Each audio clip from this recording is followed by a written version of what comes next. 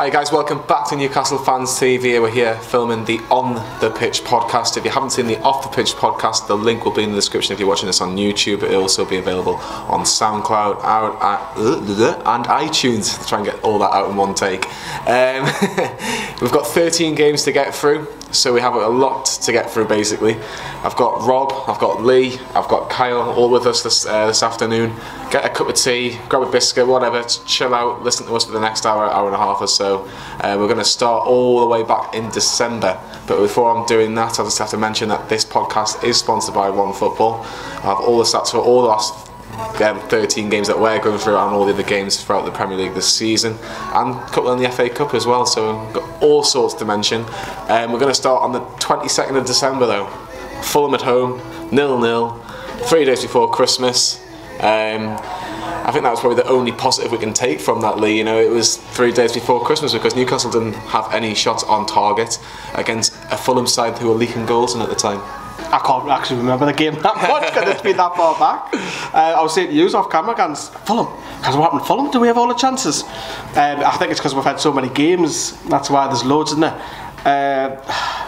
Look, you would expect when you look at the season, that's a 3-pointer there. We expect to get 3 points, and we didn't. It was a boring 0-0 drab game, but some positive people might say, hey, it's a point closer to safety, but Fulham at the time were almost dead and buried, weren't they? At that present moment, they were a good 6 or 7 points adrift, and they looked doomed a bit like Huddersfield. But it was a poor, just going forward. We needed goals, and we needed creativity. We didn't have it.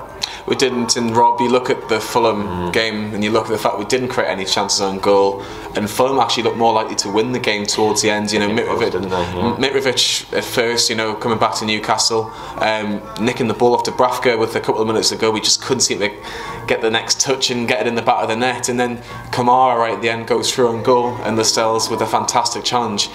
Was that a key point throughout the season, the fact that Lascelles manages to get that tackle in?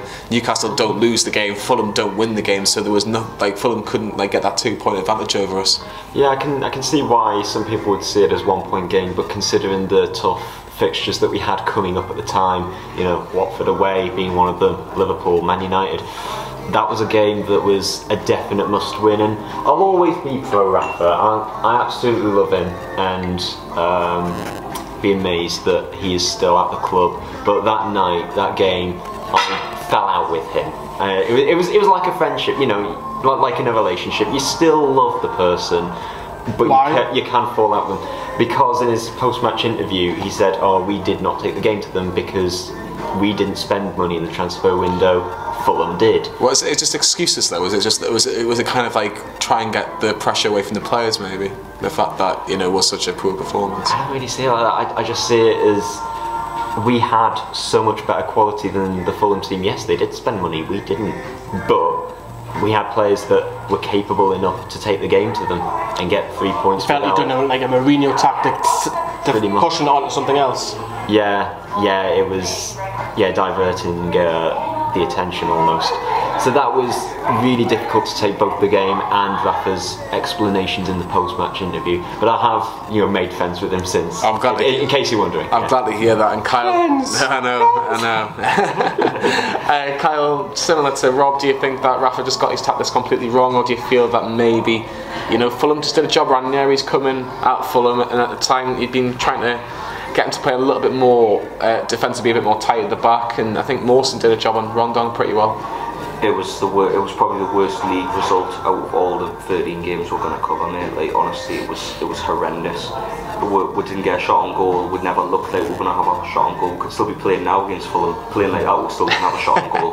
It was that bad. Like, honestly, a couple of days before Christmas, you're going into Christmas depressed because of that. It was that bad.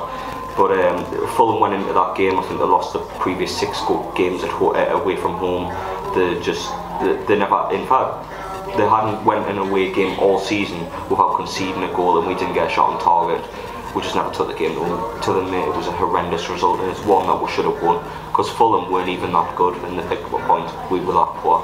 Oh, definitely. I think that missed opportunity before Christmas against. I'm breaking it going into Liverpool, thinking if we play against Liverpool, we're going to get beat bad. badly. Well, you touched on it perfectly there, Liverpool.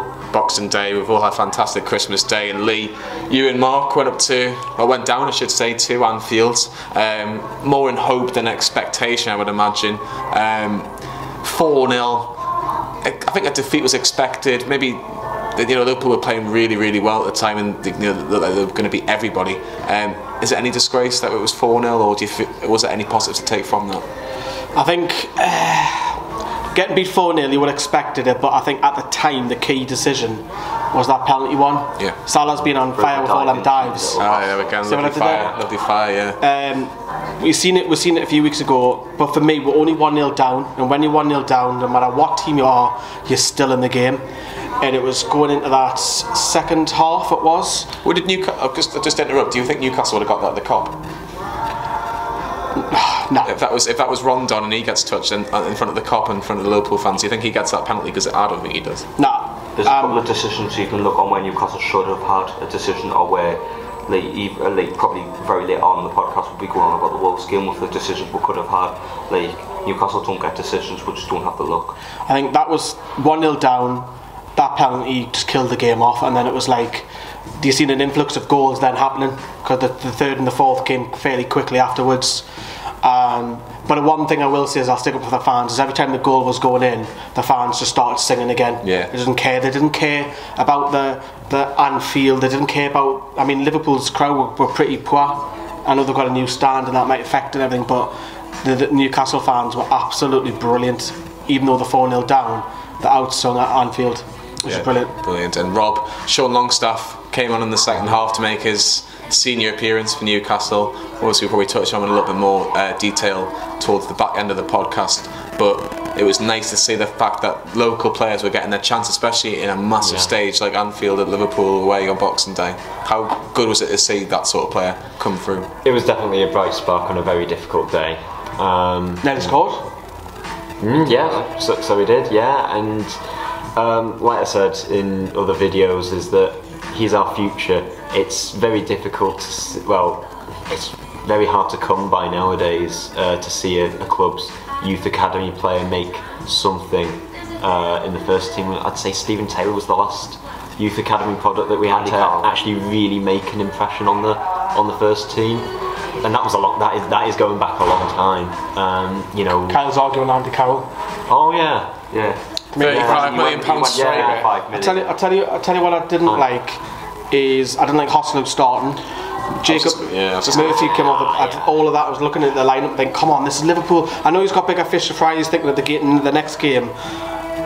But come on. I was just going to touch on that, Kyle. It was Rafa looking at the fact there was so many games and so many days, and he was kind of picking and choosing what was the best chance of getting points. And the fact that he did start Arsenal at Liverpool away, was it kind of like not giving up before we even get there, but the fact that he rested Rondon for the Watford game, was he just kind of going, do you know what, we've got more of a chance to get something at Watford rather than we have at Liverpool?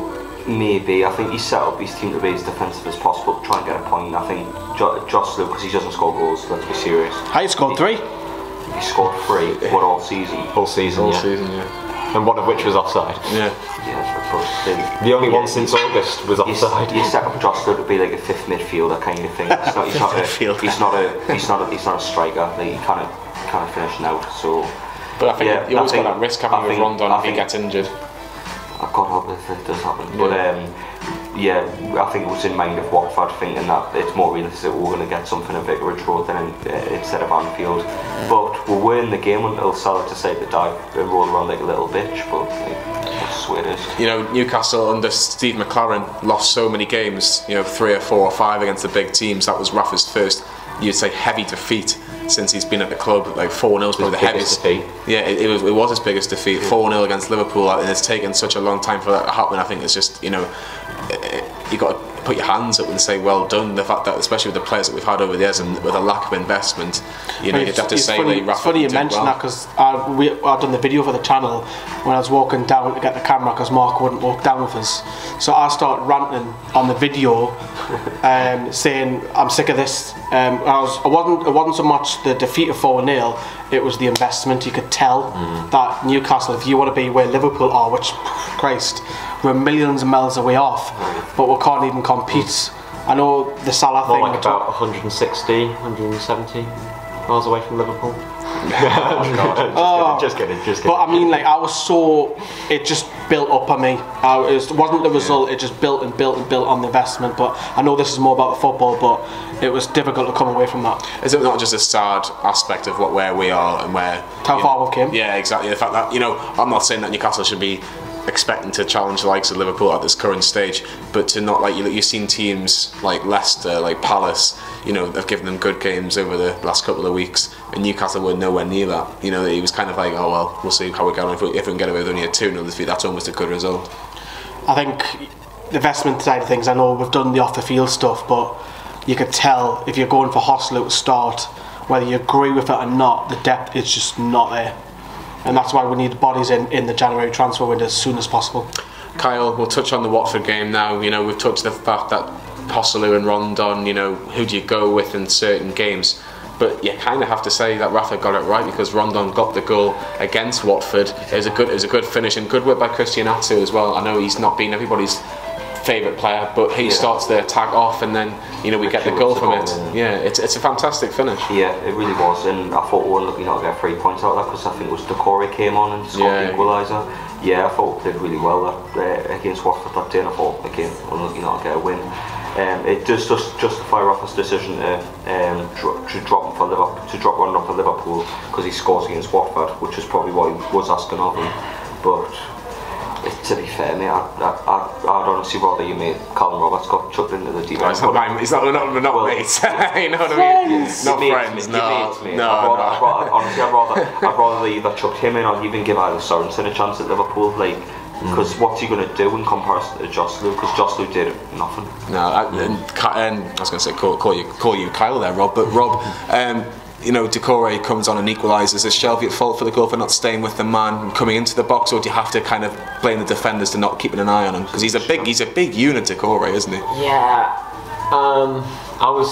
That day, I think I was focusing more on, hey, it's a point at Vicarage Road. It's a very difficult place to go to, especially for us. I mean, it's a place that we'd never do well there, do we? Yeah, we've been to in the past, and I don't think we've had a bigger win by more than 2 goals. We look at the FA Cup. I remember playing Watford in the FA Cup a few years ago, and then we played them in the league, and we got beat 2-1 and 1-0. No, that was a work at the time. The Stell's header, but I'm saying we never do well there, but. Again, it's another point away from home, and Rob, you look at our away form at that point. That was why we were staying above the relegation zone, wasn't it? Yeah, it's our away form that has been the saving grace this season, unlike the 2015-16 season when it was our away form that sent us down. And I think, we've taken a lot of inspiration from our away form. When you look at our recent results, we've taken a lot of inspiration from that away form.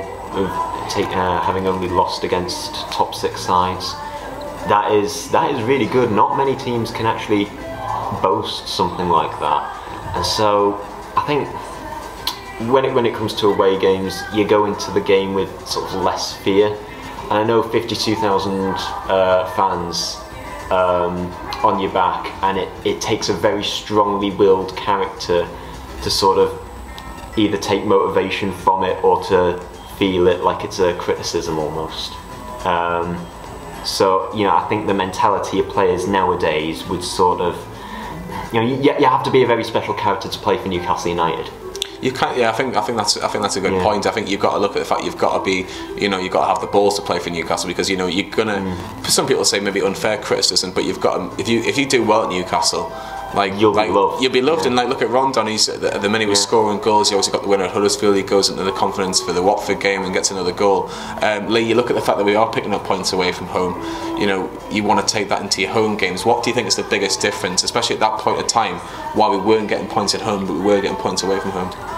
I think it's because we changed the formation, went to wing back, and we allow the other team to have a lot of the ball, and we'll counter and sucker. You mentioned the Huddersfield. That was a great example of a great goal on the counter. And it was a very similar performance. I think what was a kick in the teeth was because of Decore's goal was late. It could have almost been 3 points. And Shelvey, is he fit? Is he not fit? Why is he coming on? Why is he not tracking his man, etc.? But do you blame him for the goal? I do. I think that's basic midfield marking. Mixture him and Shaw. For me, they've both had a miscommunication error. For me, the midfield marked the midfield, the defence marked the attack. I'll put 80% of it on Shelvey. Was he up to speed? Was he not? Because he wasn't match fit. We know he's had problems with injuries. He's only just coming back, which we'll talk about later, I'm sure. But that was poor from Shelvey. That's basic marking for me, and it's a free header, and it's a player that's in and out of that Watford side that wanted to leave, rumoured to be at Paris. Didn't leave, of course, but it was a kick in the teeth. But like you say, it's a point on the road, and if you offered that the day before or whatever, I would have took it. I don't know why Shelvey's been playing, because like he said in Ireland a couple of days ago that he's been getting niggling injuries, and he's been having injections, and he's been getting injections and that, and he's even thought with himself, why has he been playing games? And we can always throw it back though, Kyle. The fact was there anybody else there to go, we'll put him in there, because obviously Key was I think played his last game to go for the Asia Cup. Diarmi was obviously a regular, and we didn't even know that Longstaff was really going to be like threatening to get into the starting 11 at that point. Was so you had to play through the pain, didn't he? Mate, like, what was the substitute appearance? Why not start him? Like Shelvey should have been out of the team if he's not fit enough to play, mate, honestly. Yeah. But I mean, you could argue that there wasn't enough players, but like, I'd rather Shelvey be fully fit in a couple of games time than play him unfit and maybe cause an error to cost points, in which he did against Watford. So that was how 2018 ended for Newcastle. We actually stayed out of the relegation zone going into the new year. You know, New Year's Day we saw Arsenal beat Fulham, so it kept Newcastle away from this bottom three. We then took on Manchester United on the 2nd of January. Kyle, I would probably say that you summed this game up in a quote, and I've got it written down here. You know, Christian Atsu sums up Newcastle at the minute, and I want you to kind of elaborate on that, because you know we did get beat 2-0 off Manchester United, but it wasn't for the lack of trying. I think that's what you're trying to get across. Yeah, Atsu for once actually played really well. He took the game to Man U. He got on the ball. He drove forward, and he had a couple of chances, but he just didn't have the quality to do any problems, mate. Like actually score any goals, and like. He epitomised Newcastle in that game, because he just didn't do enough to say like we're going to win this game. He just hit it straight. He tried a couple of times. It was kind of like he tried his best, but that was all we could do. Yeah, that's literally it. But yeah, I think I summed it up quite well. You did, yeah. Lee, you know, Martin Dubravka. Oh, I thought it'd be me who'd be picked up on this one. You've got to, because obviously it's unfair on Rob. Martin Dubravka, you know, he's come in since actually his first game was against Manchester United a year ago, and he had a fantastic game. You're not really look at this Manchester United performance as high as that for obvious reasons, but before that, Manchester United make 2 substitutions to bring on Lukaku, they bring on Sanchez, and you're thinking, phew. If only we had a quarter of that, you know, that'd be brilliant. Ironically, Lukaku's known for having a terrible first touch, but he scored with his first touch against Newcastle, and like I've been joking on with my Man U mates, like that it's just typical that he does it. His first touch goes in the net against Newcastle, because usually when his first touch happens, it goes out the ground. It was bad, but Lee, you know, Dubravka's, we're going to probably touch on about other mistakes potentially, but I wouldn't say it was down to him that he cost us the game. I just think it was just one of those errors, and then Newcastle have to kind of almost go for it a little bit more, but you know, it probably was a bit of a sucker punch for the defence in particular, who had done pretty well up to that point. We've done really well. As you know, I got slated by the full-time Devils lot. Yeah, shout out to full-time Devils as well. Mr. Adam McCall, I mentioned, is on a couple of videos, and I went on record saying Dubravka's one of the best goalkeepers in the league. And he does that. Fantastic, thanks Martin. Cheers, mate. But no, seriously, we didn't lose that game because of him. It was 2 goals, of course, and the sucker punch later on the counter, but it's not. Yes, he made a mistake. He's been absolutely mint for us. He's won more points. That was 1 point he cost us, because we already would have got a point if Man U didn't score, potentially. But he's been absolutely unreal, and knock it on its head. He's made a mistake, but cut the mistakes out and he'll be fine. He needs #1 choice for a reason, and I will copy. But did we really expect anything? It's not going to define the season, that. No, I think that's what I was going to ask Rob. You know, Man United had just sacked Jose Mourinho. They brought in Ole Gunnar Solskjaer. There was, you know, all the Man United fans were singing "Ole's at the wheel." You know, that song's like sung every game now. They're singing about Pogba, but Probably, yeah. He forced the last minute out. Yeah, It's okay. pretty much. But you know, what can we expect from the top 6? Kyle. I keep calling you Kyle, Rob. I keep calling you Kyle. I don't know why. Kyle, do you want to take on? You might need to give that to Johnny. Give it to Johnny. But Rob, what do we expect from the top 6? Do we expect points, or do we expect good performances, or do we just expect damage limitation? I think that's what we need to try and justify. What do we actually expect from the top 6 when we play against in terms of when we play against the top 6? At home or away. Yeah, I think the priority going into a game like that is damage limitation. Hence, you look at our Manchester City special approach where we park the bus from minute 1. Last season's on about. Last season. And then, of course, if we're still in the game in the 70th minute, that is when you just think, yeah, we can actually get something out of this. And then you try and get a goal, and you take the game to them from that point. And if you look at how good our defence is, it is a solid defence. It is a Premier League standard defence. We're no strangers to clean sheets. We're no strangers to keeping goals out that so many teams would concede otherwise. No problem. So in games like that, up against the top 6, focus on our defence, because they can get us through to that 70th minute mark, that's when we'll just say, okay, attack, it's your turn now, hand the reins over to them. And we're back. So, Blackburn Rovers in the FA Cup 3rd round. Kyle, it was deflating first half, but a couple of players, were trying to get their careers back on track at Newcastle, the likes of Kennedy and Jacob Murphy, Hosselu. None of them did anything for us to kind of justify that they should be in the squad more often, should they? No, Joselu was horrendous. Like he looked like he belonged in that Blackburn team. Funny enough, it was really bad. I think he was lucky enough to get in the Blackburn team after that performance, to be honest. Pretty much, yeah. Like honestly, just shocking. Kennedy, that's his big chance. Like, he's had a piss poor season up to that point, even now. So it's like, take your chance, right? Give a reason for Rafa to pick you more often, and he plays like that. Like honestly, like Lee touched on it before, like where he squats and like tries to beat a defender more than one time. It's unnecessary. He just needs to learn that discipline that can make him like a Premier League player, because the quality's there. He showed that at the back end of last season, but it's just at the minute it's not there. Where do you play him? I think his best position for me is left midfield. I don't think he's a left back. I think defence. The changing rooms. Could he play him in the 10? No. You can't trust him as a number 10. I think you have to put him on the left hand side, because he'd be allowed to go and attack, and then he has somebody behind him to do the defensive work. But again, so you talk about room at £20 million fee. We'll probably could touch upon Richie, but Richie, the first thing he does is think, right, I'm getting this ball in. Yeah. Kenny doesn't think that. He goes, oh, I'm going to take on you. I'll come back again. Let's squat. Let's pass. So that's can I do before I get tackled? Like I think that's the Brazilian in him. But he's playing an FA Cup 3rd round, tying off futsal. Do you know what I mean? Like he needs to sort it out. But I don't want to single out Kennedy, even though we've been speaking about for 2 minutes. But Murphy was piss poor as well. Just didn't show any quality. Do you think it's good for him that he's gone to West Brom, Carlo? Because another championship club. That's where he's really made his name, as the Championship, and the fact that he's done well there. It's a shame, because we spent $12.5 million on him. And that could have went on a better player. No disrespect to Murphy, supporting Newcastle and that, and it might be a lifelong dream to play for this team.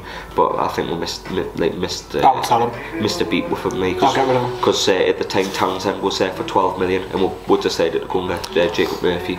It annoys us. Get your comments in below if you think if we should keep a hold of Jacob Murphy or sell him. Even if we do, we're not getting 12 million for him back. Definitely. We'll be looking to get 5 million for Murphy.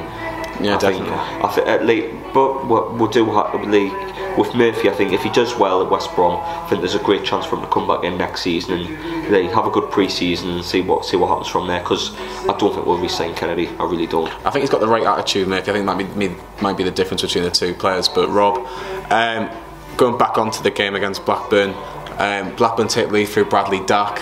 Poor defending, you can argue, but Newcastle get back into it after they were given a penalty, or awarded a penalty. A penalty? A penalty. We kind of forgot what those looked like. Was he Kevin Friend after the game? I was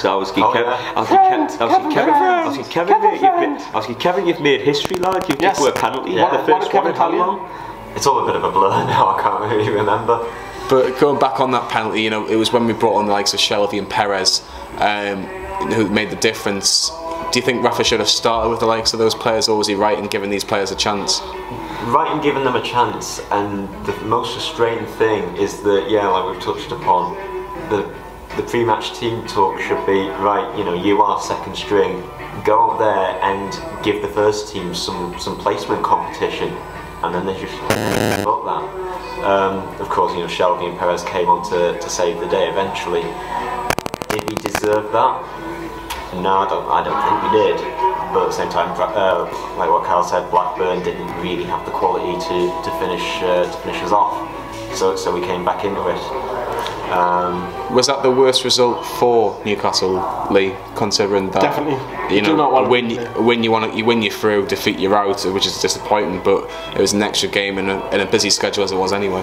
Because at this present moment, we had a game every 3 days, and it was like, we can't afford a replay, but you don't want to be out the FA Cup.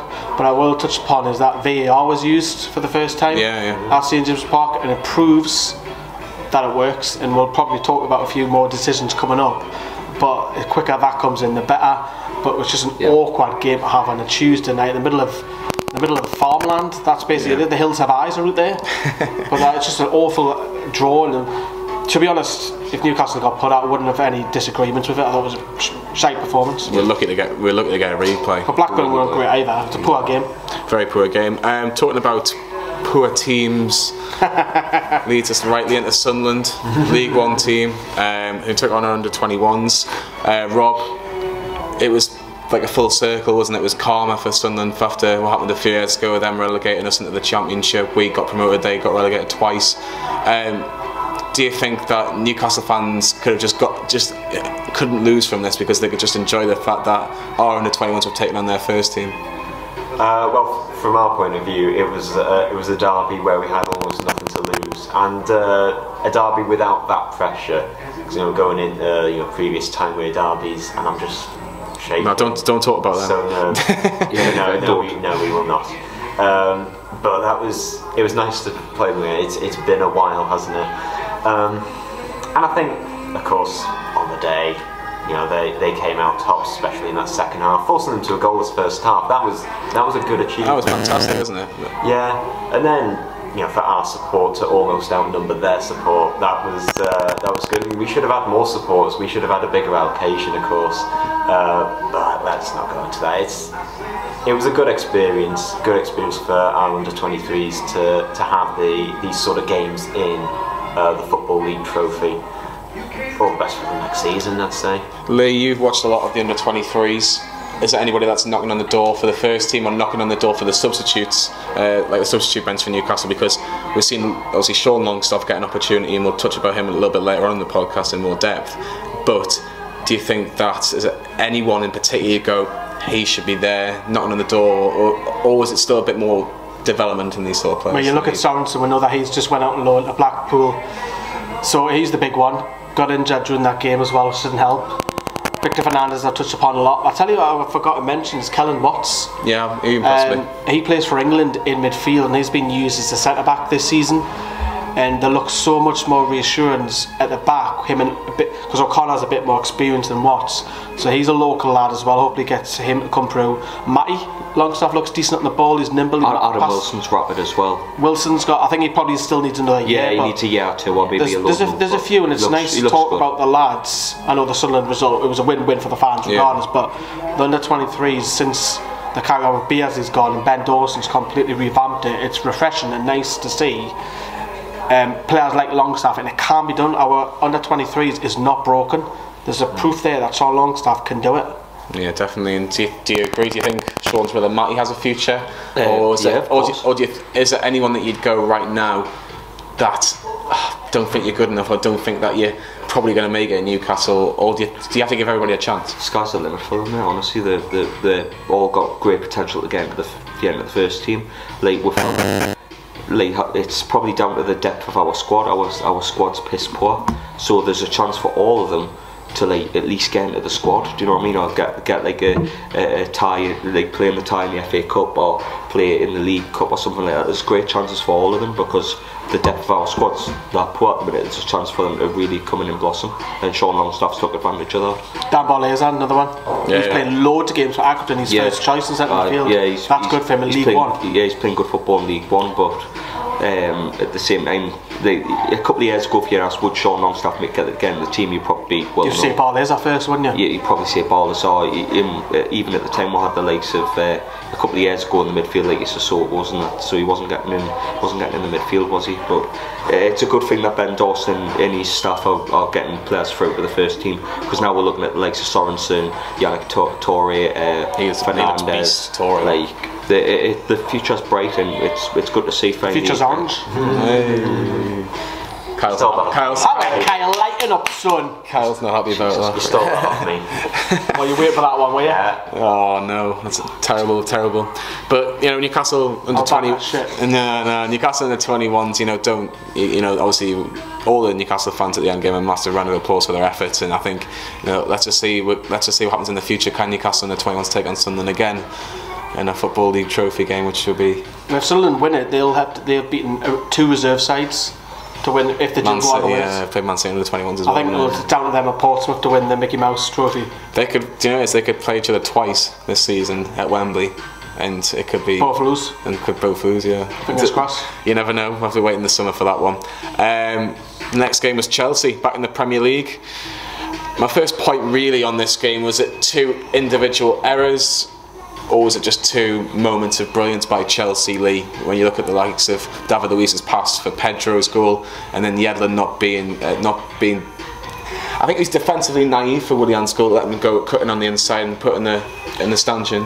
What do you think? Do you think it was just Chelsea's? It's a mixture of both, because the 2 brilliant finishes, unreal. Willian I really rate. I think he's underrated me. Yeah. It's a great ball. Pedro brings it down, puts it over the goalkeeper. You can look at the centre back, Kevin Clark, as well. The first goal defensively was horrendous. You took it well, though. We played a flat 5 against Chelsea, and David Luiz put a long ball over all of them. The second one, horrendous defending. And then the everyone's second one, thrown Hazard, take him out. And I was shouting when I was next to Mark, take him out, take a yellow. And then Yedlin's worried about Hazard coming more and more close at the box, so he goes to him, and that leaves Willian free. And if Willian had at least a second or 2 before he great finish. It was a great finish, yes, but if Yedlin gets close, that doesn't happen. But when we equalised with Kieran Clark, I got punched in the face and everything was brilliant. That moment, because it's rare that we score, never mind against the big sides. Mark, an aggressive one was scored, is he? No, it wasn't Mark. I don't know who was the kid next to us, jumping on each other and everything. It was just a great. That's what you're there at the away games for, those moments. I was going to touch upon that, Kyle. Kieran Clark, you know, he's not at the current moment not getting a game, but when he's been asked upon and when he's been called upon to do a job for Newcastle, he's always a threat, especially with set pieces. You know, he scored a goal for Aston Villa against Chelsea so many moons ago with a header. Yeah. He's done exactly the same for Newcastle. Yeah, he pops up 1 or 2 a season, even though he doesn't play. Isn't it bad that he's got the same amount of goals as Joselu at that time was 3 goals in 11 games. It's probably better than Joselu. That's better than Joselu. We're joking, can we stick him up front? But you know, Clark has now scored just as many goals for Newcastle since the start of last season as Joselu. Right. So since Joselu arrived now. But the thing, one of them is actually getting paid to score goals, which is frustrating enough. It is, but you know, Rob. That's really bad. Yeah, definitely. And Rob, unfortunately, with this result, it put Newcastle back in the bottom 3. Yeah. You know, it wasn't the fact that the performance was bad; it was more the result was bad, because you know, you're looking at it. Newcastle back in the bottom 3, and Newcastle, you know, need to do something about it. At that point in time, after the Chelsea game, were you still in good spirits that you think Newcastle can kind of get out of this quickly, or do you still think that, you know, we're relying on our big players to keep fit to the end of the season, maybe? Well, when you go into the bottom 3, you have no choice but to accept it. It's down to how you react in the coming games once you do enter the bottom 3, and that's something that I think we are pretty good at. If you think back to the 2 occasions in December last year, 2017, yeah. 2017, and February last year when we entered the relegation zone. At the first opportunity, we came straight back out. So I think once we do enter the bottom three, we are good at making that response. You know, you can talk about the game all you like that has sent you into the bottom three, but you can't change it once it's been in the past. No, definitely. Once you enter the bottom three, just okay, that's in the past. Just look to the future. Try and do what you can to get out of there. It's a hot potato on that. Yeah, definitely. Well, I'm not going to waste my breath on Rio Ferdinand and Richard Keys anymore. But after what they said through Chelsea, Check the other podcast for that. yeah, there were some comments on that one, and even look at Paul's reaction when he was mentioning the replay against Blackburn, which is what we're going to touch upon now. So we went to Blackburn on a cold Tuesday night. Me, Lee, Kyle, Mark and Paul. Rob was watching from his lovely mansion in York somewhere, or Darlington, wherever you're from. Better than this lovely fire, unfortunately. But what wrong with your fire? No, it's nice. I don't like your furniture. It's not very warm, exactly. Kyle, 2-0 up very quickly from two local lads. Yeah. When do you think we've ever said that before, in the likes of Sean Longstaff and Callum Roberts? Yeah, we haven't said it in my lifetime, that's a certainty, where like two Geordie lads have popped up and scored the goals. Three, if you include Armstrong. He plays for the other team technically, so it doesn't count as it. But it's not count on the score sheet. But no, it was nice to see. It was actually weird to see. We'd be like 2-0 up and comfortable, and then we'll throw it away. And then when it gets to 2-2, I had horrible visions of Man United away, where we took the lead after 9 minutes and then lose the game. But I think we handled it pretty well actually after we went 2-0 down. But it's typical Newcastle, kind of doing how easy they've got to drag us to Blackburn on a Tuesday night and make us suffer. Definitely. And Rob, 2-2 at half time. Are you fearing the worst? Of course, fearing the defeat, but of course, when you leave the FA Cup, there's always the positive to take out of it. Of okay, we can focus on the league now. My highlight of that night was after the game. Yours truly, Lee. What have I done now? He contacted me asking me to sort of get my stats book out and everything to try and find the last time when 3 Geordies scored in a Newcastle Probably game. it took you about 30 seconds. I relished the challenge. The best I could come up with was when we drew 3-3 to Burnley on New Year's Day in 2015. What was that game? It was dreadful. Stephen Taylor, Jack Colback, Paul Dummett scored an own goal. Oh, bloody hell, that's a good one. It was a good header as well, he got the keeper. It was flipping terrible. Remember who the goalkeeper was? For Jack Annick. Jack Annick, for Newcastle. Jack Annick. And that's just Do I dare ask? No, I'll not go that. I'll not go further on with that one then. That's a video. That's a video and a half. That's the next podcast, by the way. No, but like you say, Rob, it was 2-2, and then obviously going in extra time, Hoslu comes out of nowhere and puts one in the back of the net to take us into a lead, into a 3-2 lead. Was he offside though, and we were a bit fortunate? Yeah, but it is one of those close calls, isn't it? You know, the rule is that the linesman has to be 100% sure in order to give it. Yeah, it's near impossible to be 100% sure in that. So, fine margins, yes, it was lucky to be given, yes, he was offside, but I was always confident we were going to go and get the win. Lee Perez finishes it off in the early stages of the second half at extra time. It was just our bigger players or the more experienced players that just gets us over the line at the forefront. Like so Perez came on, Hayden came on, Atsu came on as well. It was like our bigger players were just a little bit better than what Blackburn had to offer. He looks like a bit of a super sub, doesn't he? Yeah, Perez. He always seems to impact, even if it's a Premier League game, an FA Cup game. And this is the spell where he started to get his act together. He was starting to play better, scoring a lot more goals. I don't know what it is. Atsu's got his December, Perez has got his January to May. I don't know, maybe he doesn't like the bad weather.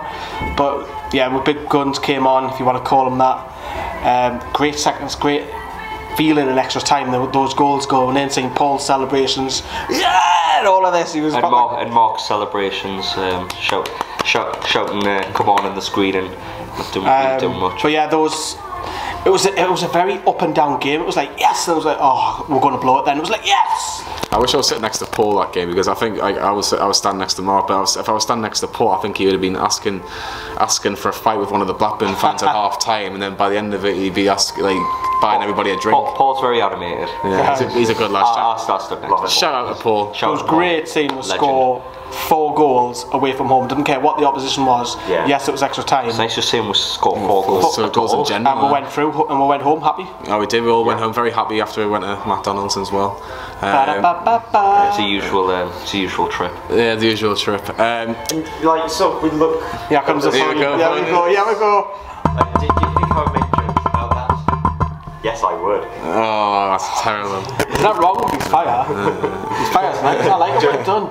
You should have put Newcastle fans TV on the background. Oh, not that expensive yet.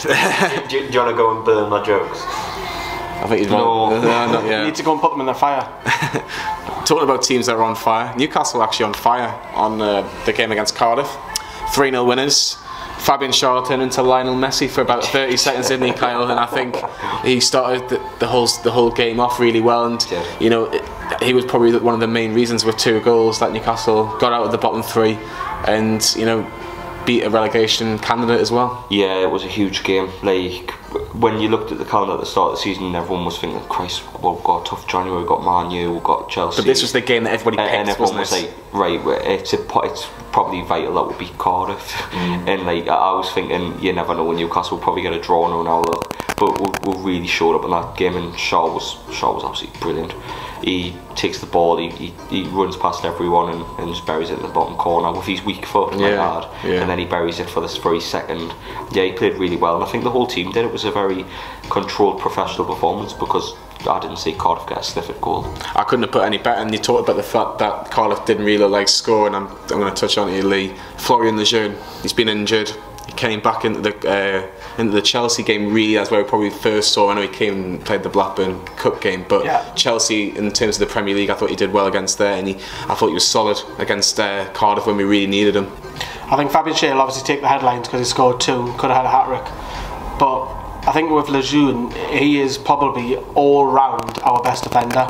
Better than Lascelles? On the ball, yeah, definitely. But just as a general defender, in general, all round. Forget about his leadership qualities, Lascelles. Just ability-wise, he's our best defender. Cracking 8 million to spend money on. He's our best defender by shadow of a doubt. He can bring the ball out. He can hit it long. And when we say hit it long, it's not just a hoof. It's a John Joe Shelby pass. Yeah. You can actually do that. You can be aggressive. One of the most recent games, you can go flying in, tackling hard but fair.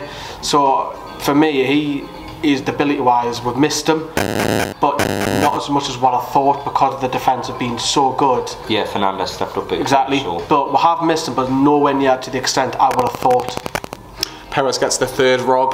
Him and Rondon have got a good little partnership, because Rondon gets the assist for Perez's goal. Do you think that's something that we have to kind of look at in the future and go, you know, that's probably where we're going to get our goals from, is them 2 combining well? At the time, that was definitely what we had to look for with Muto being away at the Asian Cup. That was a little partnership that really needed a little bit of oomph in that Cardiff game.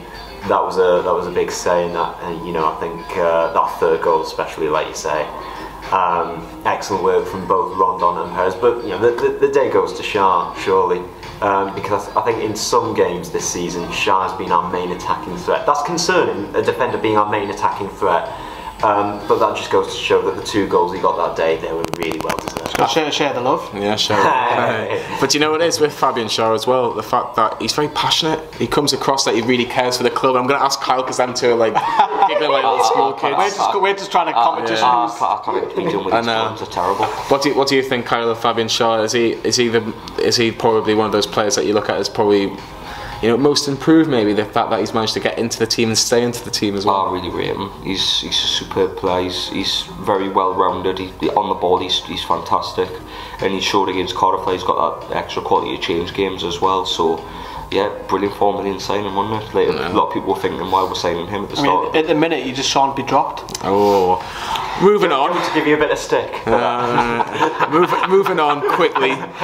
Watford in the 4th round of the FA Cup.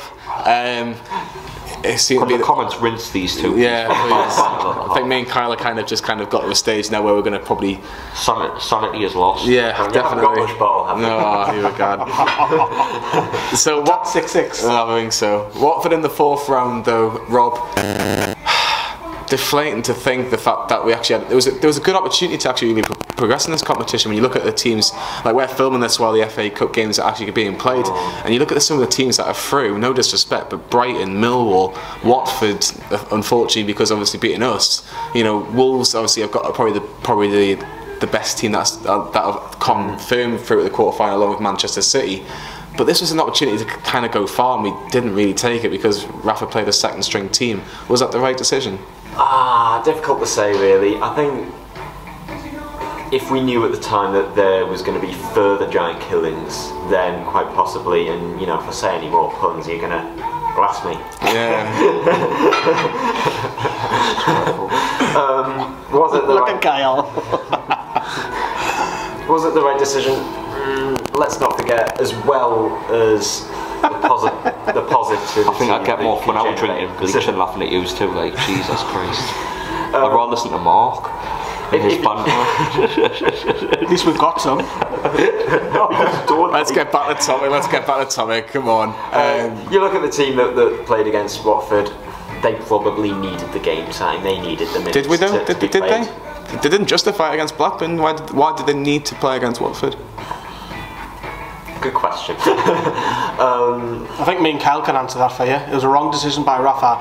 Yeah, you can talk about the Man City win, but me and Kyle are firm believers that play your strongest side, go and get something, go on an FA Cup run. It's a welcome distraction. Yeah. People are saying it's not. It is. You've got a chance to go to Wembley. Yes, you might not win it. We can dream all that rubbish. European football, whatever. There was a good chance at a good cup run as well, because like, great cup look run. at the teams, Yeah. look at the Premier League teams left. There's not many. There's only about 3 or 4. They've At had that each stage other. though, I didn't care about how many Premier League sides were left. I wanted the strongest side, and when I seen that side, both me and Kyle said in our admin chat, he's wrong there, and Mark was like, well, he's happy with it, and I just agree with Mark that it should have been the strongest side in that present moment. Forget about Man City. That moment we lost that game because it was a weaker side. Yeah, you look at the goals, Kyle, Andre Gray. Is Woman at fault? Or is it a bit harsh to say that? And Isaac's success before Rob comes in, he was successful in the end to get the goal. Yeah. But Johnny's joining in now. that's the only one I'm doing, by the way. See that straight Yeah, struggle. I know. But yeah, first goal, was Woman at fault? Could he have done better with it, or do you think it's just poor defending? It was squared across the box. I think the marking was poor for Andre Gray. Nobody was near him, so I don't blame it as much on Woodman. I blame Got to do better, keeper. Yeah, that's right. Obviously, unfortunately, I wasn't at the game due to work commitments, and I seen the goals after the game. And I was just thinking, I don't know. I would have probably expected Brathwaite or even Darlow to save that. If I'm being brutally honest. And it's come from a distance, just on the edge of the box, and it's his near post. He has to save that for me. Do you think maybe, Kyle, that with the second goal was more down to the fact that Newcastle were chasing it, and you know we didn't really bring anybody on though? That was like we didn't bring Rondon on at all. It was kind of summed it up in the review for the game. Actually, I thought we got away with it against Blackburn because they weren't good enough. We played kind of the same against Watford, and they had the quality to put away, and they did. So we didn't improve from Blackburn. We just It goes to show you the squad depth of Watford is better than ours. Because they had they had the couple of kids. You know, you had the lad from West Ham at the side of midfield. Yeah. He bossed the game for me. Yeah. What was he called? Ina something? Iona, yeah. He was brilliant. I think that's a sad state of affairs. So no disrespect for Watford, but a club that's I think smaller than us. Looking at their depth of squad, it was a lot stronger than ours. And it's wrong for us to be envious of it. Oh, they've got a couple of good players, and we could deal with them, but it's Watford. Watford. So Newcastle unfortunately got knocked out of the FA Cup, and then 3 days later we took out the we took on the champions Manchester City at St James's Park. It started very well. We were on fire. We were, but you look at the first. I know obviously it's not an on the pitch matter, but from being really depressing and not looking forward to the game, it gets released that Antonio Barreca's going to be signing for Newcastle and Miguel Almiron. I know Newcastle conceded in the first 30 seconds, but Lee, you'd be thinking, do you know what? Might not win the game, but do you know what? The fact we're bringing a couple of players in, going into this game, There's a bit more optimism. It was a bit more optimism. The crowd a little bit more up to it. You know what I mean? There was a bit more optimism off the field, but I was scared that we're going to get hiding. I think most people were. And after 30 seconds, we're thinking, oh God. Aguero loves scoring against Newcastle as well. And again, it's down to basic marking by, what was it, Yedlin not tracking David Silva, who then...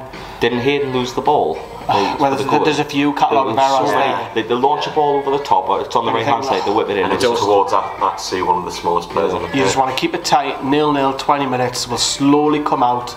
But to be fair, we didn't actually play that. The thing is, I think, to be fair, it was probably the best thing that happened to us, because from the goal, we didn't like sit back and defend for 90 minutes. We got at them a bit and we caused them a couple of problems. Like, people can say it was a fluke in that, but I don't think it was. No. And I was saying for a long time in the build-up, last season against Man United, when we beat them 1-0, it really rejuvenated our season. We kicked on from it because we beat one of the bigger sides, and I was saying if we beat one of these bigger sides in January, it'll lift us for the rest of the season. First time. And the first time it did, so I'm hoping the winning against Man City can really kick one and make a hard team to beat for these last stages of the season. I think we've always been a hard team to beat. I think especially under Rafa Benitez. And touching on Rafa, Rob, was that probably the most impressive tactical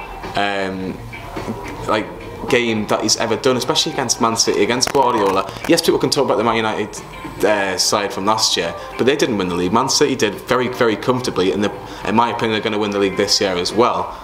Do you think that was probably a statement by Rafa Benitez to say, do you know what, this is what I can do with these players?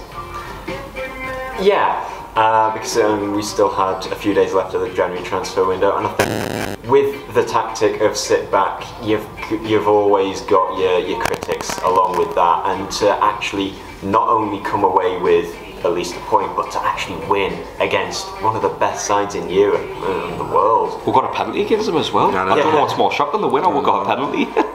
Yeah, so to win that game through the tactics. What do you think that he did differently? Do you think it was kind of, you know, obviously Man City scoring obviously was difficult straight away, but do you think that he trusted the players that they'd actually do the jobs that he was given? Because it seemed like in particular Longstaff and Hayden had the games of their lives, and you look at Guardiola after the game, he said we couldn't handle the defensive midfielders. What did they do differently, do you think? Was it just putting the foot in when they needed to, or just reading the game well? I think part of it would be down to, especially after going 1-0 down after 24 seconds, that just sort of eliminates sort of any fear.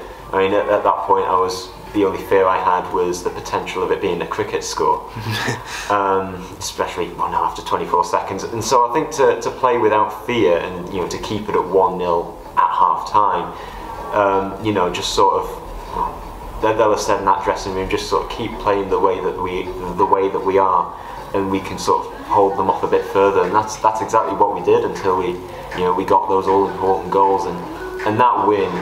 That is one of the best nights I've ever had as a Newcastle fan. That is up there with, the 5-1 against Sunderland. That's up there with 3-0 against Man United. Yeah, that was such an incredible night.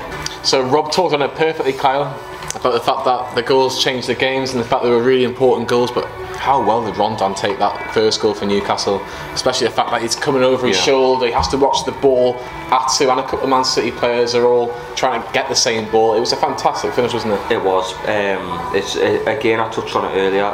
It's so clinical, and that's what you need. We need clinical players like that. When the chances come, especially against a team like Man City, you need to take them. It's what you expect from Rondon now, isn't it? It's very much the norm with Rondon. You can put chances away. Like with Dwight Gale, you usually you need to give him 2 or 3 chances to put one away. But Rondon, you really get the feeling like if Rondon gets a chance, he will put it away. Brilliant. And I haven't had an aura like that since maybe Demba Ba. Because when Demba Ba got chances, he put them in the net, and Rondon's pretty much the same. I know, it was brilliant. I think obviously we got the penalty through Matt Ritchie, but I'm going to talk about the player that actually won us the penalty league was Sean Longstaff. He's been a fantastic player since he's come in. He's one of our own. He's one of our own, and do you know what it was as well? Shields side. North Shields. North Shields side, like me and Kyle. But with Sean Longstaff, I think it justifies how well he played was when Pep Guardiola was saying that they couldn't handle the defensive midfielders. He wins the penalty after Fernandinho I don't think Fernandinho was expecting the ball from Danilo, but he did well to pounce on him. I didn't think it was a penalty in the ground. Are you joking? No, because the angle that I wasn't expecting it to be given. Because no, I didn't think it was, but obviously looking back on replay, it's a blatant one. Because of the angle, I could only see Fernandinho, not Longstaff. So it looked like Longstaff had gone over him like that, because I could only see Fernandinho's body. How impressed have you been with Longstaff though? He's been brilliant. I mean, I've talked about and I've praised him in the past. Like, he scores goals within the 23s. He's went out and loaned to Kilmarnock. Doing all right, not brilliant, but okay. Blackpool, he was that box-to-box midfielder that's played a lot of games. Just goes to show you sometimes the loan system does work. It's been brilliant. It's very surprising how easy, I'm sure it's not easy for him, but how it looks. And for Pep Guardiola, it's a joke when he says Hayden and Longstaff we couldn't handle. It's crazy. I mean, the lad is. It's not a pun, but he is on fire. He is literally on fire at the minute. And my only worry is that he doesn't have a burnout, and that's not a pun. I'm not throwing puns at it, but that is. It does sound like I'm doing puns, but look, I think that's the only worry, because that's my only concern, is that he might need taken out. I know you've said this, just maybe 1 or 2 games, and I put him back in again. But he's undroppable. You can't drop him at the minute, and I think he's undroppable. He is undroppable. And I think at the minute, Rob, yes, you can't drop him, but could you drop anybody after that Man City game? We were that good, and a particular player was Jose Perez. Me and Paul gave him the man of the match. I even sees in the player ratings that we missed out yet on. I'm going to get some puns in a minute. Don't please. I'm already 2 for 2. Don't be afraid. On the subject, I think I ran out of jokes, so that's punfortunate. But talking about Perez, Rob, he was like a man possessed, wasn't he? I think he played his best performance in a Newcastle shirt. I thought he was that good. Do you think he's found his position at right mid? I do. I think from getting to be an inside forward, if you will, I think it's really, because he's coming in because the wing back it's really helping his balance between being the workhorse, which is what he was at the start of the season for Rafa, and him showing a bit of quality, because it's very rare Perez shows a bit of quality, but since he's been put in this position, I think he's been able to kick on a bit. Even Atsu has been able to, so it gets the best out of poor Perez. It's funny because he's found this formation by injuries originally, going all the way back a couple of months back, that were forced on him. It does seem to be our best attacking threat before we get to Rondon, and I think that's probably the biggest compliment I can give him at the minute. I talked about Jose Perez at the start of the season, saying this is a massive season for him, because he could, let's be brutally honest, he could be trying to force himself into a bigger move for a bigger club potentially, but this was the season that he had to do it, and he's only really starting to kind of find that form. Definitely, in La Liga he'll have an extra 2-3 seconds on the ball than what he does, because you get the ball in the Premier League and someone's on you like that, whereas the Premier League you can turn and look around and you've got a few more seconds to make your decision, so he probably suits the Premier League worse off than what La Liga is. Is that the right word? He probably suits La Liga better than what he does in the Premier League, but he's learning better on this role and he's learning on the job, and it goes to show you, if you're keeping the likes of Rolando Aaron shifted out on loan, Ashraf Lazar and Jacob Murphy have to leave the club because there's a striker playing there. 1, ask questions about those players, and 2, how good Perez is doing. Definitely, and Rob 5 points clear from the bottom 3 at that point over Cardiff. Obviously Cardiff had a tough few weeks at this point with obviously the death of Emiliano Sala. You look at the fact that we had that little bit of a safety cushion at that point. It was kind of like, right, let's make the most of it now, and we go into the Spurs game, and was it a missed opportunity, even though Spurs are a quality side, but to get even to get that extra point, was it a missed opportunity? It was, especially to lose that Tottenham game late on, that was incredibly difficult to take, and we've already talked about the Dubravka error from that goal. But looking on the positive side, like I always try to do, that week when we had Man City and Tottenham in 1 week, to get 2 draws out of that would have been spectacular. So in the end, to actually get 3 points from those 2 really difficult games, that is better than 2 draws. So yeah, I was still chuffed to come out of those 2 games with 3 points to our name, and of course with the Huddersfield and Burnley games coming up in February, those were always going to be our biggie matches, if you like, because of course with the Wolves game going on, bonus points, isn't it? These sort of games. Essentially, essential bonus points. I think it was crucial that we had to beat one of those top 6, because history shows you that it will keep you up. Yeah, and because we've had these likes of Man City, Tottenham and Wolves all in this sort of quick period, if you look at what we've got now, we are playing all of the bottom half once, except for Cardiff, of course, and so that's where our points are going to come from. That's where we need to target. And the teams around will play the big teams. Yeah. Later on. We've got them out of the way for Liverpool and Arsenal. Yeah. And I only think Liverpool's the most difficult on paper. I think Arsenal are beatable. Like, I'm not saying we should go and expect that we're going to win. It depends where Liverpool are. Have they lost the league? Have they won the league? Pick up a point at the Emirates. Do they win the league at St James's? Does that relegate Newcastle? Does that keep Newcastle up? There's so much around that game. We might need a result from it. Yeah, between now and the rest of the season, I would expect us to be a team to be feared almost, and no one wants to play us. Liverpool won't want to come up here if we get a couple of good results in the next couple of games, especially with Rafa in charge as well. Yeah. There's always that sentimental value as well. Imagine if Rafa cost Liverpool. That's what I was just about to say. Imagine him. That would be something, wouldn't it? It could be, but the flag wouldn't be on the cop anymore. That's for certain. Definitely not. But Kyle, talking back on the Spurs game, first half it was very much attack v defence, stay in the game. Spurs hit the woodwork. I thought we're damn unlucky against Tottenham, I thought we had more chances. We hit the woodwork as well. Yeah, I was just going to say Rondon with the header again. He's not getting many chances, but he almost took that one as well. We had a couple of really good chances against Tottenham, and I thought they weren't that much better than we. Bar the last 10 minutes when we decided to batten down the hatches. The atmosphere is as good as their team. Well, you got all I'll say about that. I know it's the goal. We'll talk about the goal in a second, but. You've got to look at it, Lee. Spurs are right up there now, and it's a testament to them that they're only a couple of points behind Man City, a couple of points behind Liverpool, and haven't had Harry Kane or Dele Alli. They're not blitzing teams. I don't want to say falling over winning, but they're getting the job. They're just doing enough, aren't they? They're just doing enough, and I think eventually, that's no disrespect, but I think they'll tail off, and I think it'll be the two big sides. But for us, the atmosphere was flat. It was awful. Very testimonial. It was a very marked atmosphere, wasn't it? It was happy to be there. Me and Paul were laughing at the half-time entertainment result with NFL. Who cares? Yeah. This is football, the correct football. And talking about football, Martin Dubravka unfortunately makes that error, Lee, and you feel sorry for him in a way because he doesn't cost us many points, but because he'd be looking at that and going 5 minutes from the end. We just need to get through that tough little bit, that tough period. Should be doing a lot better. That's the one way. The Wolves one, which will come at the moment. That one, he has to save that. It's just basic. Pick it up, block it. It's like it glitches through a moment. Yeah. People say the shot swerved. Nah, he's got to save it. You can see it from a good 18, 20 yards. He has to save that. Disappointing. It is his fault. We're not going to beat around the bush, but he's been mint. Yeah, he has. Did he play? Do you think? I don't know. Do you think Rafa played for a point? Last 20 minutes he did. I think Rafa seen that we had more chances, and he seen that we fluffed more chances. So he's probably thinking a point at Wembley against Tottenham would be an amazing point. Like if you'd have said a point at Tottenham before the game, you'd be like, yeah, great. We even said in our preview we fancy a draw because we were playing against City, but we're unlucky not to get a point. It took a rare and horrendous mistake from Dubravka. I mean, Dubravka will learn from it.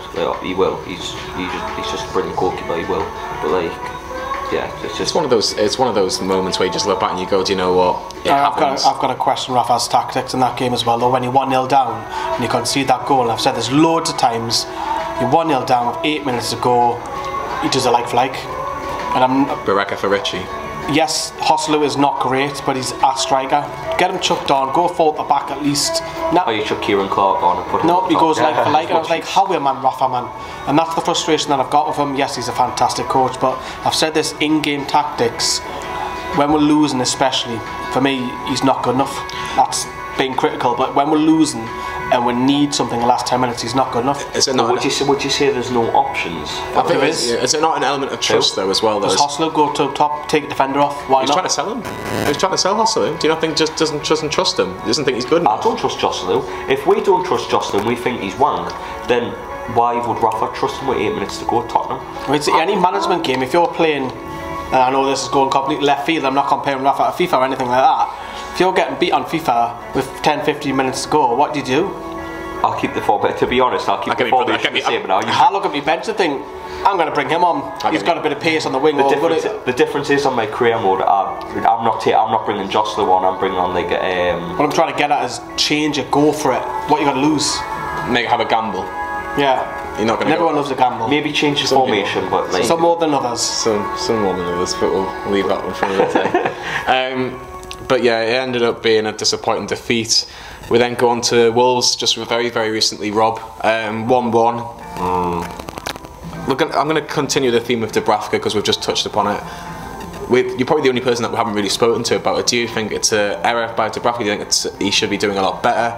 Or do you think it's a foul on the goalkeeper? And do you feel that maybe the referee has to give that decision? Because I'm in the camp that I'm looking at it so many times, I still think it's a foul. I think you get that any other time, in any other place. I think if it happens at Old Trafford on a Man United goalkeeper, that's a foul. It happens anywhere else, 99 times 100. I don't think it was a foul. I'm used to it different. What do you think, Rob? It's a foul. It's a foul. I mean, because Bobby holds his hands over Dubravka's eyes. Once the ball's gone past that's why Dubravka's sort of blindly. That's because he is flapping. Again, we've discussed this so many times that there's been so many different opinions whether it's a foul or not. Even Rafa Benitez said it's not a foul. But to be fair, Jamie Carragher thinks it was a foul. Everyone's got an opinion, which is why we all love football. I think it's one of those little Jamie ones. Carragher would have said it was a foul if it happened to Alisson? I think of course he would have. I don't think he would have. I think he'd be. No, I think he would have done. I think look, you can only give an opinion when you see it, and I think for me personally, I think there's enough to give it as a foul. I think it's soft, but I think it's enough to give it as a foul. But I can also say if it's not given and it is given, I can see both sides. On reflection though, like the way you've got to look at it is Newcastle don't get enough luck, because you look at the game at St James Park between Newcastle and Wolves, Bolly elbows Perez in the face and gets that was away with blatant. it. And then he climbs over the top of Dubravka and has a controversial decision, and Bolly got both of those decisions. Like, it's just a lack of luck on Newcastle's side. Like, we very rarely get good decisions from the referee, or fortunate decisions. I don't think the referee and the linesmen are great against Wolves, but that's another matter, I suppose. It is, but at the same time, referees against Newcastle, mostly this season, bar one or two. Next season, VAR will keep Premier League clubs in the Premier League where they should be. Absolutely, like VAR for us will be like a new signing, because it'll probably be like because Ashley behind that. Because honestly, like we're probably going to get 2 or 3 more penalties a season. We might lose a couple, but we'll kind of then argue. We'll kind of say like decisions like take the Chelsea game at home, for instance, when Shaw got the ball on Hazard and Hazard fell to the floor. I think or the Liverpool one at Anfield, where if you look at the Dubravka in first instant, we're saying, as I'm choking on my sweet, it's not a foul. But then if it goes to VAR and he's looked at 2 or 3 replays, I think the referee then changes his mind. It's got to be an obvious. It's a foul. It's got to be an obvious error because he's seen it 2 or 3 times. And Bolly would have been sent off in the return game as well. VAR, so definitely. First half, Rob. It was pretty close, but the one thing I want to kind of touch upon is DeAndre Yedlin. You know, he defensively, I thought he was suspect. Yeah. Going forward, he does offer you a bit of a threat. I think he could improve on his crossing. But do you think that's maybe a position in the summer that Rafa will have to look at and go, do you know what, we don't have a lot of cover there in the first place, and Yedlin, you know, defensively isn't the sort of defender I think he wants. Yeah, I think that Yedlin is a perfect example of a lot of players nowadays are really good athletes, not necessarily good footballers. I mean, he's great at running, but at everything else, defensive duties, likes of crossing, like you said. Is he really Premier League standard at those things? No, I don't think so.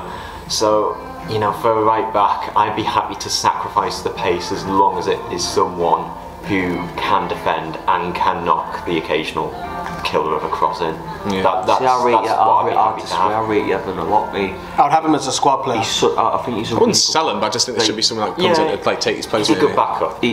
For me, he's like a poor man's Hector Bellerin. Like, he's so much like Bellerin. He's very athletic and is very quick and is good on the ball when he's on it. And for me, he's a leader as well. He can be quite vocal at times. I mean, he's great in the dressing room. Everybody loves him. Yeah, he's a character. He's a character. I wouldn't get rid of him. I think it's a case of like a couple of years ago, we had the same kind of situation with David Santon. Like, he was a piss poor left back. He couldn't defend, but you get that feeling if you pushed him forward and played him as a winger. I thought he was slightly underrated. I thought Santon was piss poor, mate, but that's a different argument for a different day. I just get the feeling if you push him forward, I think he'd be great. The thing is with Yedlin and Wolves, that was a clear tactic by Benitez rather than the Yedlin thing. You play so high up, so far out wide, you stay there. That's not Yedlin, because Yedlin naturally would drop back, wouldn't he? I think Yedlin's more suited to being a right wing back than he is a right back. So is Manquillo. Yeah, definitely. Oh God. No, Manquillo's definitely better right wing back than he is right back. To the bench or the stand. I think he's only got a year left on his contract. I don't think he'll get a new contract. Shouldn't have signed him. That's another argument. But I'm going to touch on it, Lee. Isaac Hayden, you know, you've not been his biggest fan. Forgotten man. The forgotten man, but him and Longstaff again are fortunate this good partnership. And, you know, Longstaff gets man of the match by Sky Sports. Hayden gets the goal. We've got to give Hayden a bit of credit. Yeah, definitely. I think you've got to. I mean, we've slagged him off for a couple of times, Cardiff, and then obviously coming out twice saying he wants to leave, which is fair enough. He sort of clicked, hasn't he, where he said, I'm not going to say that anymore. I'm going to say I'm going to do my best, which is the right thing to do. You can say it privately, say whatever, but not in the public, because you know that the fans will bite, and we bit at it like everybody else. But fantastic performance. Longstaff wasn't my personal man of the match, never was Hayden. I think, who did I give it? Richie? Did I give it Richie? Can't remember who I give it to.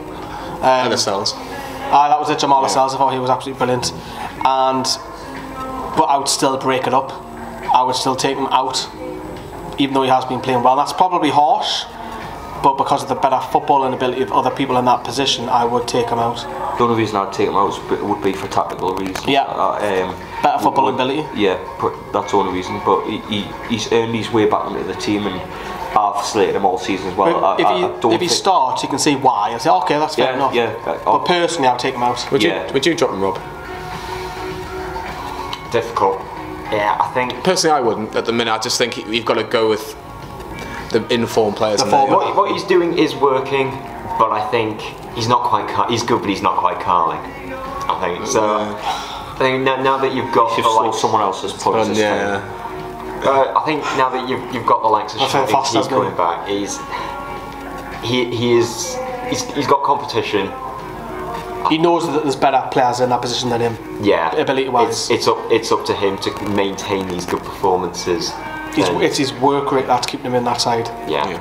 I think at this moment in time, Newcastle are sitting on 25 points, just above the relegation zone, just above Cardiff on goal difference. I think Southampton have got 24 points in 18th, and Crystal Palace are 13th with 27. And Brighton are getting dragged in. At the minute, it's like it's as tight as a virgin at the minute, doing there. It's so close. It's so close. But I think I want a quick thing off all three of us, and I'll start with you, Rob. Just a quick prediction: how many points are you going to need to stay up? And out of those teams that are fighting, who's going down out of those 6 or 7? If we assume Huddersfield and Fulham are already down, I can see 40 being a little more than enough.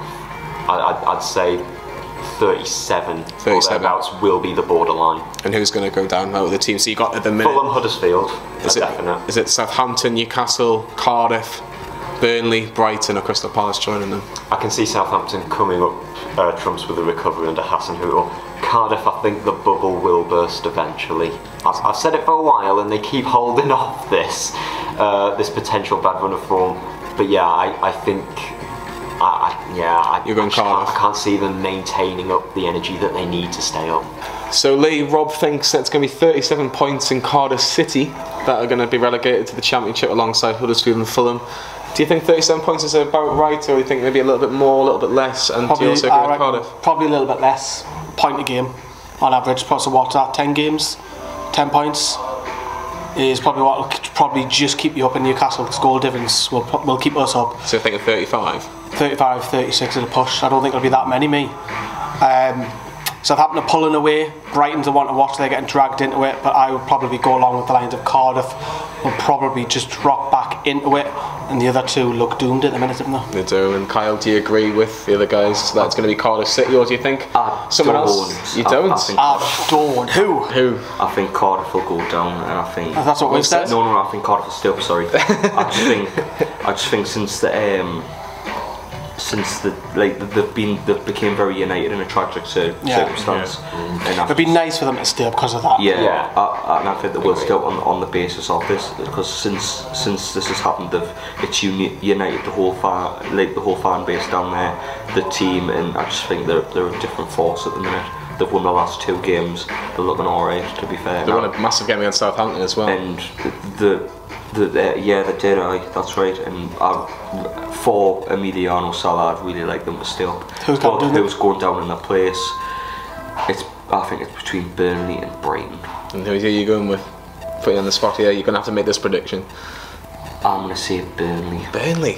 I'm surprised at that. I'm surprised. I think everybody from Newcastle Fans TV would like to pay their respects to Emilio Anastano's family following that, obviously, that tragic accident, and obviously the pilot as well. So just a little touch on that. But my personal prediction for this, I think it'll be 38 points. I think you'll need to stay in the division.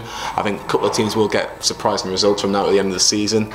In terms of a team going down, it's very, very difficult, but I think I'm going to go slightly different. I'm going to go Southampton. I think if they stop scoring, I think defensively they're all over the place. I think Hasselhüttl is getting a few extra goals. They do have some firepower. Have Ings and Austin. I think they're really good. When you think Charlie Austin will play again this season? No. Didn't he come out and slag off the manager? I think he wasn't happy that he wasn't getting first team football. I just think Danny Ings is their main man, and if he's a bit similar to us, if Rondon gets injured, we might struggle. But I think Southampton will personally just go down. I think it'll be very, very close between ourselves, Cardiff. All the southern clubs can get relegated as far as I would love it to be like Southampton, Bournemouth and Cardiff. All get Huddersfield, get on a run, come up the table. Let's just hope Leeds United, Sheffield United, Middlesbrough get promoted as long as we stay up, because that's three good teams. It would be nice because it would be 3 nice away days, but then again, loyalty points would be a nightmare. Not for you though, because you've got several. Well, no, it'll be alright. It'll be okay for some. And finally, just picking up on the other game the other day against CSKA Moscow, Rob. Rondon gets the goal. It's probably a mid-season friendly that we didn't really want. We probably just wanted to be in the FA Cup, but we played it. Was it a worthwhile trip overall? Yeah, I think you got to keep up the match fitness when you have a 2-week break, especially when we're fast approaching the nitty-gritty of the season. It's a really well taken goal from Rondon, and hopefully we'll see him go on a scoring streak of some sort going into this really big business end of the season. And Lee, maybe it was a good test for us, the fact that CSKA Moscow, are getting ready for their season, because obviously different climates, and Abel Hernandez scoring for CSKA. Was it just poor defending or just unlucky, the fact that Darla made a really good save and it was just a tap-in really? It's a bit of both, because they don't have many camera angles, because it's not a big televised game, so you could look at the question of two defenders getting drawn. Diarmé behind him looks like he's tracking Hernandez, but that's the same out of the tunes defence mark wise. I think I echo what Rob said, it's a great week in particular for the new boys. A lot of the players coming back from injury, getting some minutes, because the last thing you want is them not having minutes. The only concern is Shelvey. I don't think Shelvey will start next weekend, but I think it's good to get away, and people saying it's a holiday. Trust us, double sessions is not a holiday.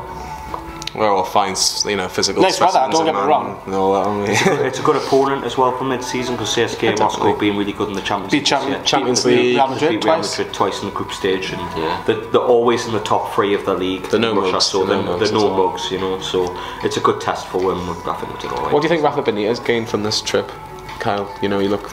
It's hard. Probably want to go back. Dropped a couple of pounds. No. What do you think personally? Do you think he gained anything from that trip? I think he's learned a bit more about Almiron and Baraka, if anything, and probably learned a bit more about what he could do with his system, as all the players are now back, bar Shelby. So I think the holiday was a very positive one for Newcastle. I think Benitez could take it on and go into the rest of the season knowing a bit more about his players, and the more he knows about the new ones, especially Almiron and Baraka, the better. Just a final question on Miguel Almiron. I think we've got to touch on a little bit.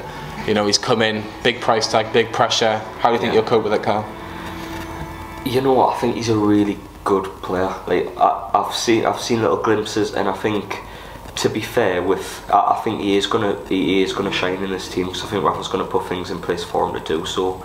Like, Rafa's good at getting good out of bad players. Like, remember when Gouffran scored 12 goals in the Championship, and he's making Atsu look good against Man U, and that. Like, Benitez's tactics can make bad players look good. So I've always thought, if I buy a decent player, make them better. How would he feature in that team? And I think it's this team's made for Almiron to come in and really grasp the Premiership, because we've been saying for a lot of years now that we'll have the quality to put teams away. Like, the amount of times we lost 1-0 last season, the amount of times we lose by 1 goal in general, we lose by 1 goal a lot. And you think we'll have a quality player now. It's thinking, can Almiron be that one to say, instead of it being like a 1-0, they have him take the game by the scruff of the neck and have that responsibility.